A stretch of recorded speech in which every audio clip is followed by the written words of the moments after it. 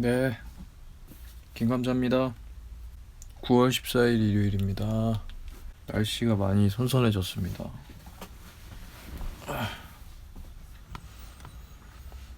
다행입니다. 24년도를 보니까 18일인가 17일 그때쯤에 9월 17일 이때쯤 추석이었고 그 추석 연휴도 엄청 더웠었던 그쵸 그런 기록을 해놨더라고요 제가. 그에 비해서는 올해는 다행히 가을이 지난해보다는 일찍 찾아왔습니다.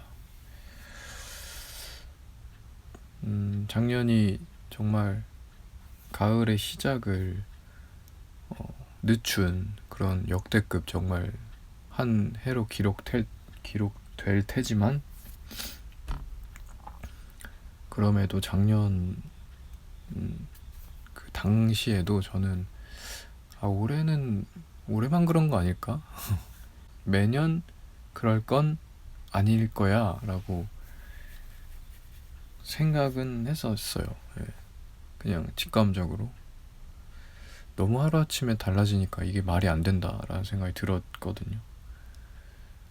그리고 그때 이제 그런 이유를 뭐 무슨 기압의 영향으로 좀 일시적으로 그게 딱 한반도 지역을 빠져나가지 못하고 있어서 뭐 이런 일이 발생하고 있다 뭐 이런 뉴스를 얼핏 봤었어가지고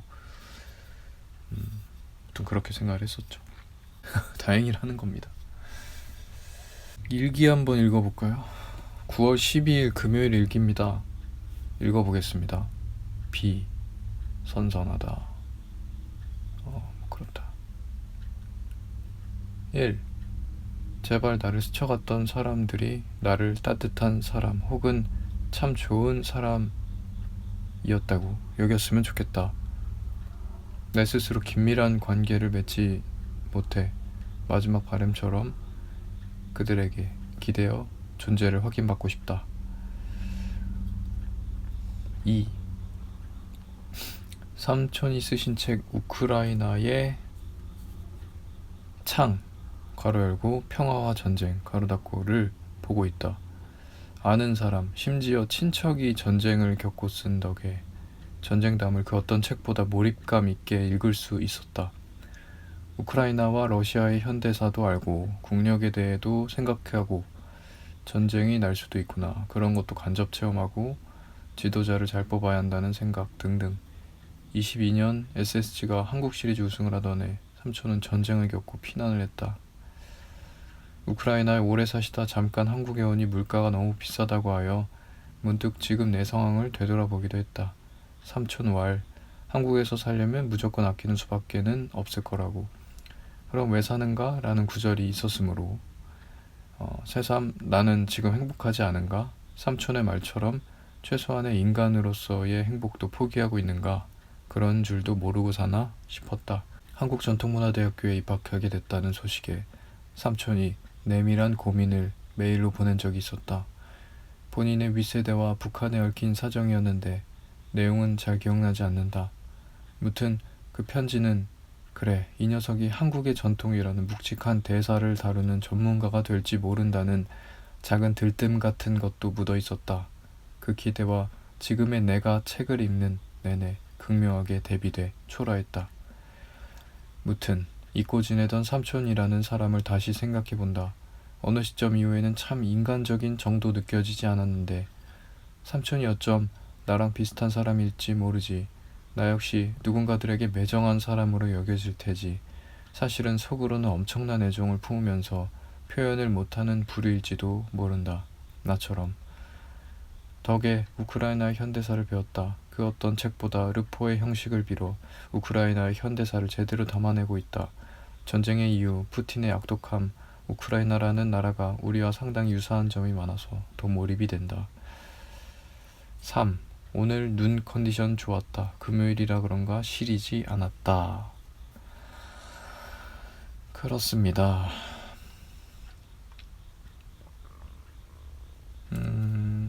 요즘 눈이 시려가지고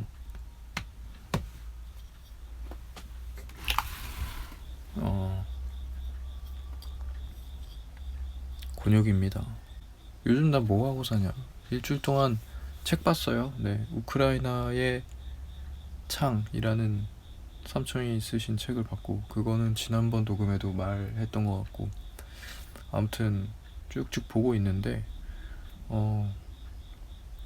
지도자를 잘 뽑아야겠다라는 생각이 듭니다. 푸틴이 정말 2001년, 2년 그때부터 대통령이 돼서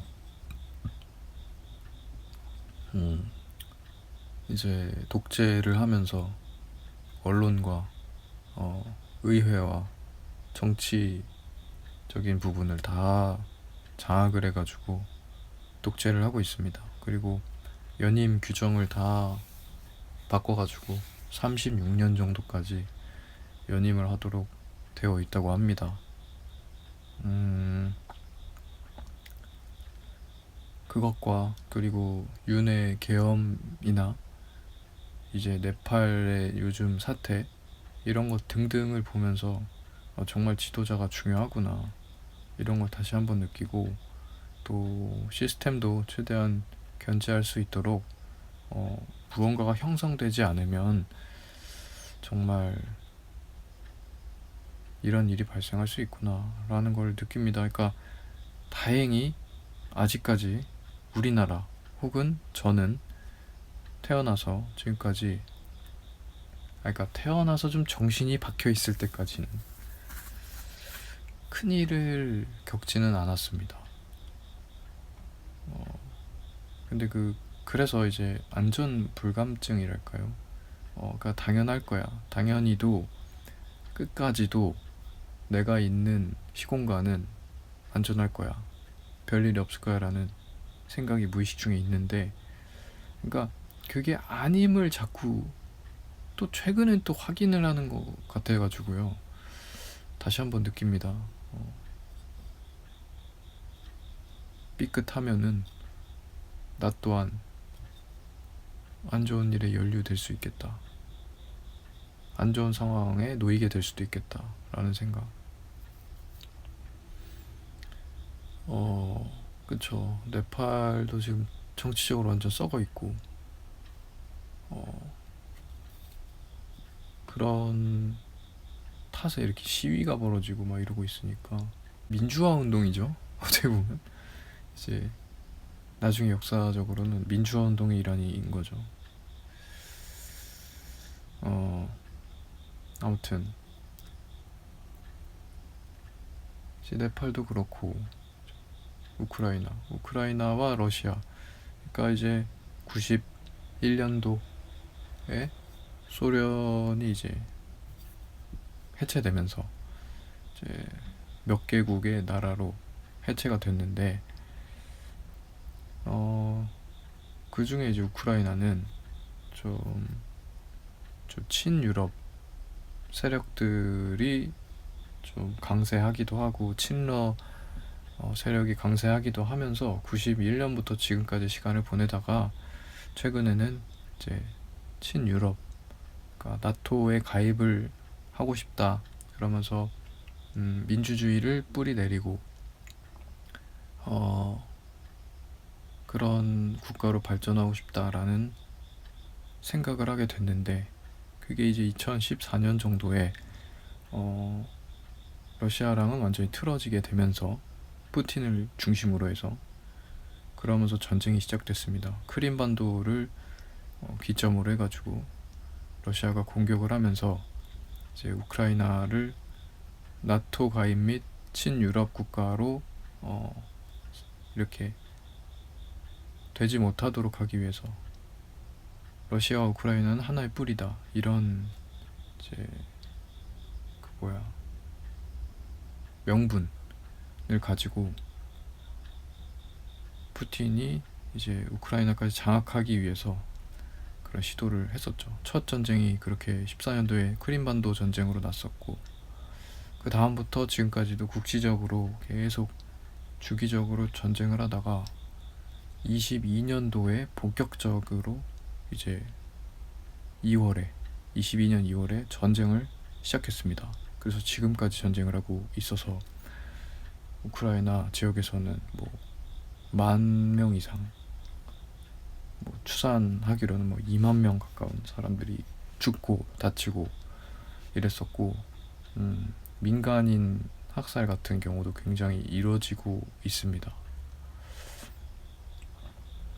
그렇다는 걸 보는데 저희 이제 삼촌이 예전 키예프 국립대학교, 지금은 이제 우크라이나어로 키이우 대학이라고 하는 그 대학의 교수로 재직 중이신데, 그러니까 거기 근처도 이제 막 폭격을 당해가지고 무너지고, 또 주변에 같이 일하는 동료 교수나 혹은 아는 학생들이 이제 우크라이나 군에 들어가서 전쟁에 참여하고 누구는 죽고 뭐 이런 거를 지금 겪고 있다죠.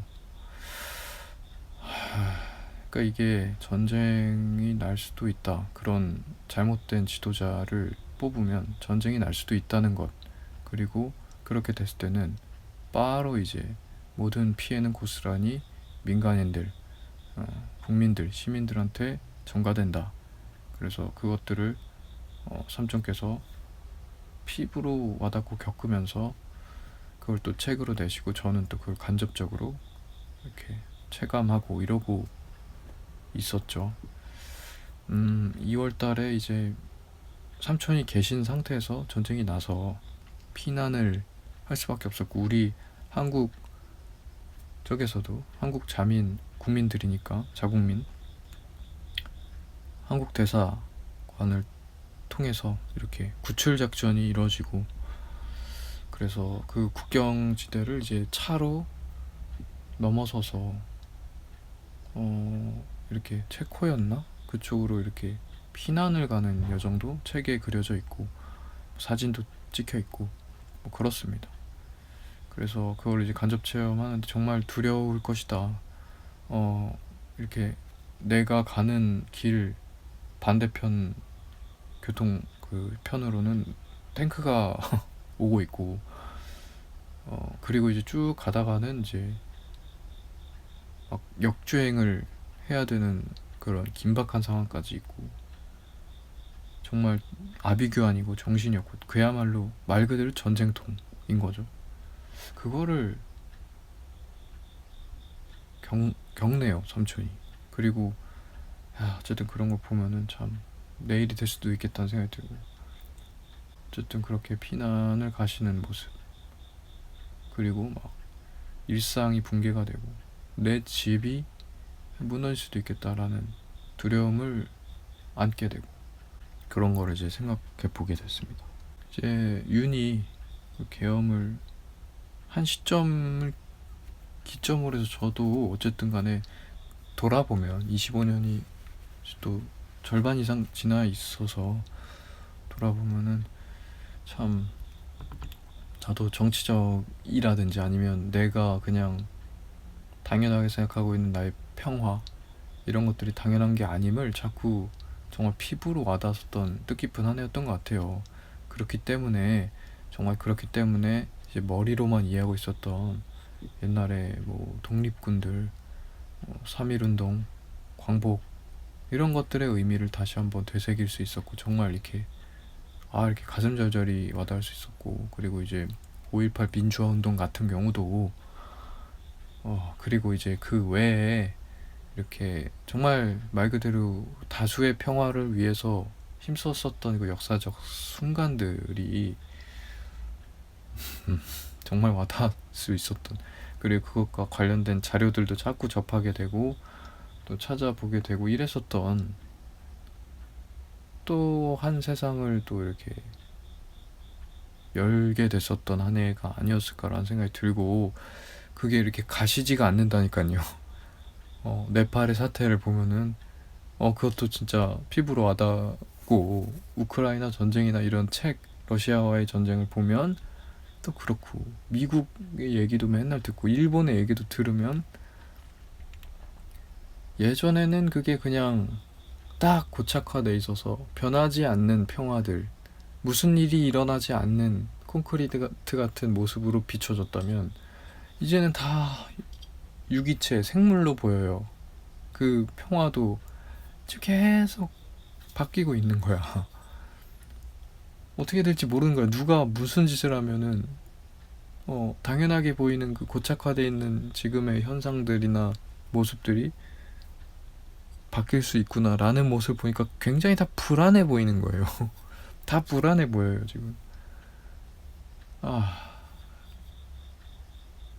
지금 이재명 대통령이 정말 너무 잘하고 있기 때문에 그런 불안함 속에서 진짜 이 지금 바뀐 지도자가 이상했으면은, 그러니까 상식적이지 않았으면 그게 참 훨씬 불안했을 텐데, 다행히 이재명 대통령은, 그리고 이제 물론 요즘 조금 민주당 뭐 자꾸 잡음이 있지만 그 다수당이 그나마 조금 잘 해주고 있어서, 그러니까 상식적으로 움직이고 있어서 다행이다 라는 생각이 들고, 이게 그러니까 오히려 5년 후가 불안한 거예요, 제가. 5년 후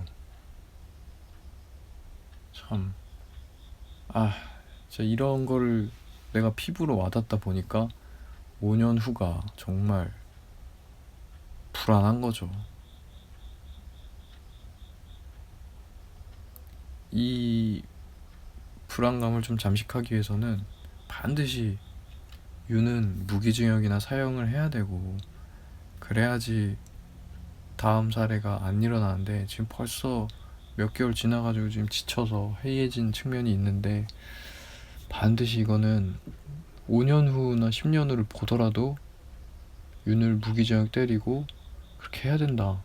근데 그거를 자꾸 방해하는 국힘 세력이라든지 저짝 세력들을 자꾸 물타기를 하고 있으니, 이게 이렇게 되면 지금은 괜찮은데 5년 후 10년 후가 이제 걱정이 된다는 거죠. 참 걱정입니다. 그러니까 이렇게 매조지를 잘해야 돼 지금. 그래야, 그러니까 지금조차 하는 게 아니라, 지금은 당연히 민주당이 권력 잡고 별일 안 생기겠지. 지금은 윤을 어떻게 하건 국힘을 어떻게 하건 지금은 괜찮겠지. 근데 문제는 5년 후 10년 후라는 거야. 지금 아예 짓밟지 않으면 그때도 다른 마음을 먹을 수 있겠다는 겁니다.